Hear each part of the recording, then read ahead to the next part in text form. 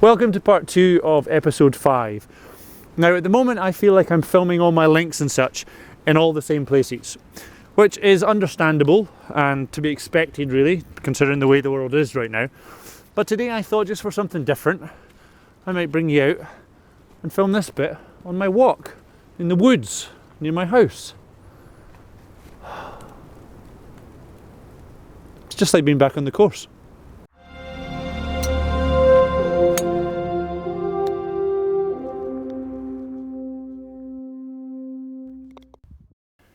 Week 5 means it's the last task of our Phil Kenyon 5-day putting challenge, but don't worry, he did share a couple of extra little tips which I'll share with you in the next couple of weeks. We've already touched on the idea of task 5 in a previous week because this is all about perception. So I've got the string back up to ensure a straight line, but we're only really going to use that to line up this ruler, which is what we actually want to use for this drill.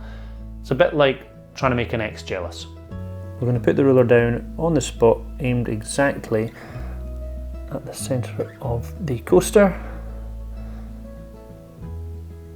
just where we want it. And then we get rid of the string. So we set up as normal and we're just going to notice where the putter head and the ruler looks like it's aiming. Now we already know that the ruler is aimed dead on the target, so if it looks that way, great. If it doesn't, then we know that our perception is off. So we can either recalibrate it or we can adjust. We can do that by moving closer or further away from the ball, or by increasing or decreasing our neck bend or our neck tilt to either side. And we can do that until we find a position where our perception matches reality, and then try and adopt that as our new putting stance. Does that make sense? We can either fix it or learn to live with it, essentially. Are we clear? Yes, sir. Are we clear? Crystal. Yeah. A mud wrestling Crystal from out west with daddy issues. She's a parole jumper who's lost a contact lens and has been asked to go in for the results of her last checkup at the gum clinic. That clear. Anyway, this drill is to help us start the ball on the line we think we're starting it on. Halfway through the week, but let's have a quick look at the stats for the end of January. I scraped above my average on day 29. I think that was my third day in a row in the 70s, so I was happy to bounce back into the 80s on days 30 and 31. There's a big difference between wanting to be in the 80s and actually being in the 80s. For example, this is me wanting to be in the 80s, and this is me actually in the 80s. The graph shows that little return to form at the end, and it also helped lift my overall average up to 76.9. It's the 2nd of February, which means that we're into the second month of Go Low Like a Pro, and it also means that we need a new shot of the month. Now, I'm sorry, it's not very exciting, but I did say that we'd be working our way back from the hole, so February's shot of the month is going to be longer putts. Now, while I'm still mostly practicing indoors, that's going to mean 10 foot and 15 foot putts. I've moved my setup to make room for the longer putts. It's all the same, but I have marks down for the coasters at 10 and 15 feet too. Right from day 1 on Phil's 5-day putting challenge, he was looking at putts to 5 feet, 10 feet and 15 feet. I just chose to really focus on the 5-foot putts as a personal choice in January. I wanted to improve on them. But now, as I add in the 10 and 15 foot putts, it's going to mean I'm going to have a longer backswing as I'm going for those farther distances. It also means that there's going to be a lot more movement and therefore more variables in my stroke.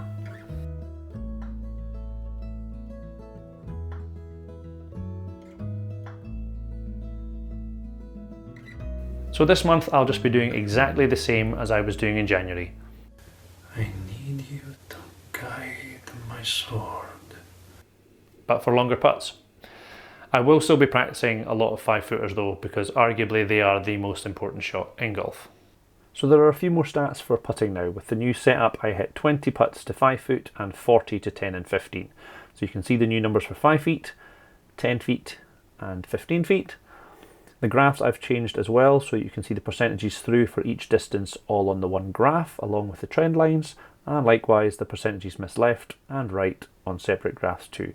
It's only been a couple of days, so it doesn't look like anything yet, and I'm not going to comment on the numbers either. My overall average for 5 foot putts is now 76.4, and I'm continuing doing streaks at 5 feet with some very mixed results. A few first time, and one day it took me 16 attempts. No comment. Now, at the time of filming, my plan for the next thing in the episode is to have some time on a golf course. However, at the time of filming, I still have no idea if one's open. So my link is just going to be, and now we're going to really embrace something new I've just learned. How about arts and crafts?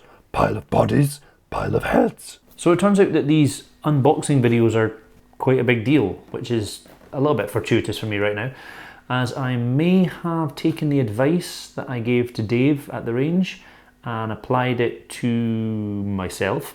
And by that I mean that I may have bought myself a little present, which is great because it means I have something else I can unbox. Now, after I very successfully nailed my first attempt by removing the clubs from the box, I figured I might have another go at it, this time with my Shot Scope V3.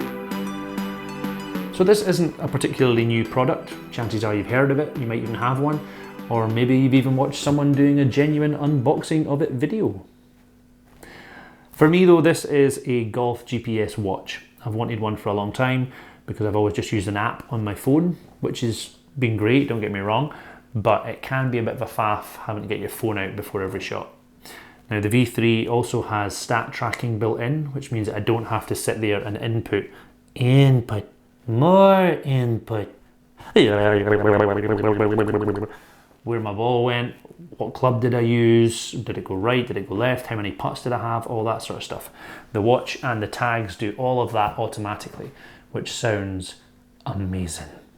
It even says on the box over 100 statistics on your game, with an in-depth statistics platform to improve your game, which is what this channel is all about, and that average golfer improvement with Shot Scope performance tracking is 2.7 shots over 30 rounds.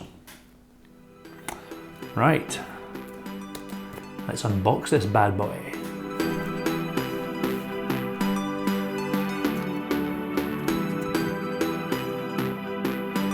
Ándale, ándale, arriba, arriba.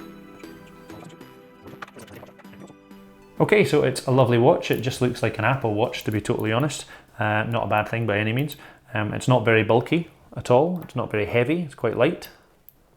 Weighs maybe about 40 grams. And quick check. Yeah, it has a battery life of about 10 hours, which is great, especially if you want to play 36 holes in a day. That should be all fine for you. It comes with this little USB charging clamp thing I've never seen before, and the Shot Scope tags. There's 16 of these, so you've got a couple of spare, and these get screwed into the top of your grip to help with the statistical tracking. Now, I'm not going to go on and on about all this because I want to actually try it so that I know what I'm talking about. But once again, you have just witnessed me very successfully removing the product from the box. Like a pro. Well, it wasn't quite making a sequin crab costume, but arguably just as garish. Now, I think this is the first time I've realised just how much I want to be on the course. I'm really missing golf now.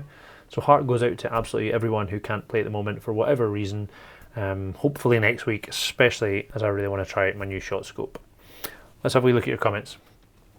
Okay, first up, Arthur said I should talk about the importance of the correct grip size. A lot of amateurs don't know much about that. Yep, I'm one of them. I had a fitting. They said you need an extra layer of tape. I said okay, that was that. He goes on to say that he's getting 3 extra layers of tape. How big are your hands? Seriously, everything must look really small when you hold things in them. Anyway, Arthur or anyone, if you want to chuck some information about correct grip size in the comments to educate us all, thanks very much. Let's see what we've got. I've been chatting to a chap this week called Richard James. He's doing a very similar challenge to mine. His is called The Quest for Scratch. It's on Instagram, so if that might be of interest to you, then please do check it out. He has some great stuff on there, stuff that I will no doubt be referencing, quoting, borrowing or stealing for Go Low Like a Pro at some point, I'm sure. And best of all, we've agreed to play a round together whenever we are actually allowed to. Now, speaking of that, I have had my first challenge from a viewer, which I love. Bring it on.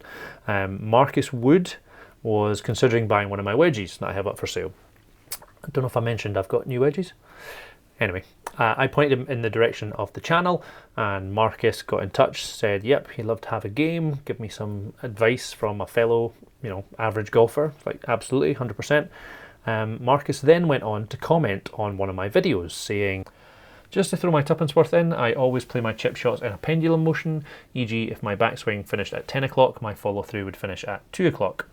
Obviously Phil knows way more than me, but that has definitely been a better swing for me. I replied saying, great if it works for you, brilliant, but I can't resist showing you this. I see two things being taught. One of them is referring to a clock where you go back and through the same distance. That's crazy. I'm just starting the mind games, Marcus. Now, a big shout out to my good friend, my dad's best friend, Mr. Alan Beaumont. He's formerly a teacher at Larbert High. He's a big fan of the channel, and tomorrow, Saturday the 6th of February, is his 70th birthday. And I know that Alan would absolutely love it for me never to tell anyone that information. So if you know him, by all means, please send him a little message. If you don't, feel free to send him some birthday wishes in the comments. I'm hoping to give him a really big birthday surprise by getting in touch with a former pupil of his from about 25 years ago. Happy birthday, Alan. Now let's look at the diary. So I've pretty much told you everything I've done already, and it added up to about 18 hours. And extremely unexcitingly, next week looks remarkably similar to this week, but I am hoping to have some more information on the competition and exciting news on a future guest. Lastly, my younger niece Ali, another huge fan of the show, don't think she's actually watched an episode yet, but she loves the fact that her uncle has a YouTube channel. She asked me whether or not I had gone viral yet. Easy answer, no. Then she asked me how many subscribers I wanted by the end of February. Easy answer, no idea. But she pushed me for an answer. So I was like, at the time of filming, I think I've got 97 subscribers. So I just doubled that, added a chunk on and blurted out 250. So now I really need your help not to disappoint an 11-year-old girl. So if you like the videos, click like, comment and share. If you want to be part of the journey, click subscribe and ding the wee bell. And if every one of you awesome followers shares the channel or a video from it, and that leads to just one more subscriber, then we'll be well on our way. Please help me get to 250 by the end of the month. I'm on these other platforms at Go Low Like a Pro, and if you want to support the channel, you can at the Coffee website. The weather wasn't good enough this week. We can only hope that it's better next week. So God, if you're watching, you want to play golf or do you want to f around? My mum's not going to like that, but it's just a quote, Mum. Just a quote. Besides, if he doesn't like it, you can always smite me, oh mighty smiter. That's just a quote as well. Once again, thank you so much for watching. Till next time, be good, and if you can't, shout 4. 4! Sounds like Stuart.